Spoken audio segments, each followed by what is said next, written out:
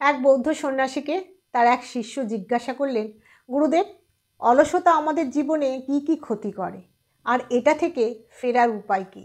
গুরুদেব বললেন, অলসতা এমন একটা জিনিস আমাদের জীবনে উন্নতির পথে বাধা হয়ে দাঁড়িয়ে থাকে, আর এটা আমাদের সাকসেসের গ্রোথকেও নষ্ট করে দেয়, এবং আমরা অনেক সময় অলসতার জন্য নিজের স্বপ্নকে অ্যাচিভ করতে পারি না।